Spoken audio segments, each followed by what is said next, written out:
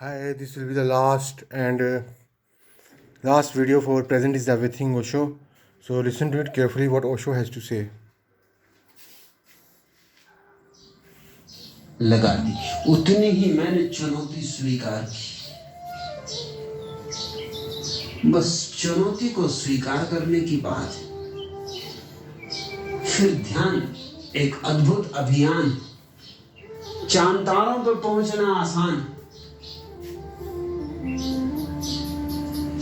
ध्यान या समाधि में पहुंचना निश्चित कठिन। तो ओशो क्या कह रहे हैं कि जो समाधि लगती है बंदे की, जो ध्यान से समाधि लगती है बंदी, वो कह रहा है कि वहाँ तक पहुँचना मुझे बहुत मुश्किल है, लेकिन जब आप पहुँच जाते हो तो आप चांद तारों कहीं भी आप जा सकते हो। ये ओशो किस अपने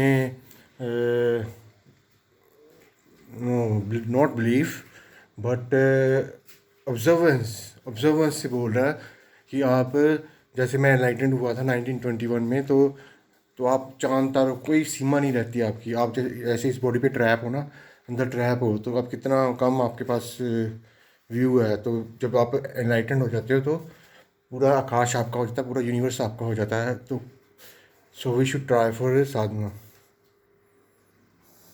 मगर चांद तारों पर पहुंच के भी क्या करोगे? आर्मस्ट्रांग जब पहली दफा चांद पर चला तो उसने क्या किया?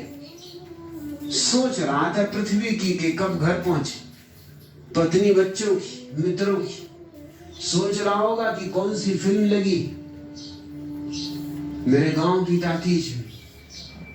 सोच रहा होगा कि आज पत्नी ने क्या भोजन बनाया है। था चांद पर,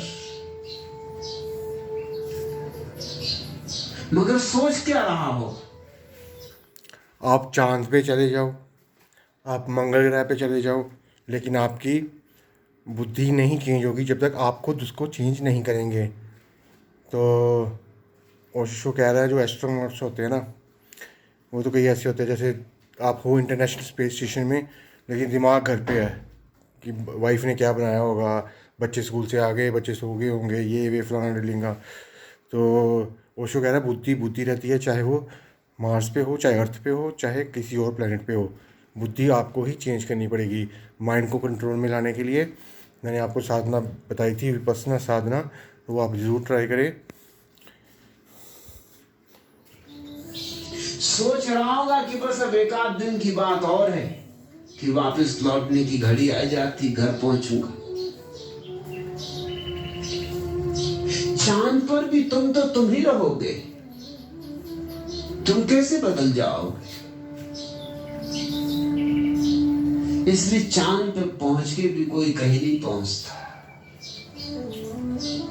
लेकिन ध्यान में पहुंच के जरूर तुम एक नए लोक में प्रवेश करते हो। ओशो कह रहे हैं कि आकाश में पहुंच जाओगे, इंटरनेशनल स्पेस स्टेशन पहुंच जाओगे, फिर भी तुम्हें कुछ नहीं मिलेगा, कुछ नहीं। तो लेकिन अगर आप ध्यान में उतरोगे, समाधि की तरफ और पैर रखोगे, तो आपको वही जीवन का सत्य है। जीवन का सत्य कई लोगों को ये वीडियो समझ नहीं आनी कि क्या बोल रहा है, पागल हो गया। तो ऐसे ऐसे करेंगे, लेकिन ये जो सत्य है वो सत्य है। ओशो सत्य बोल रहा है और मैं उसके सत्य को ही ट्रांसलेट करके अपनी लैंग्वेज में दे रहा हूँ। Thank you very much. We will meet in the next video. Stay tuned.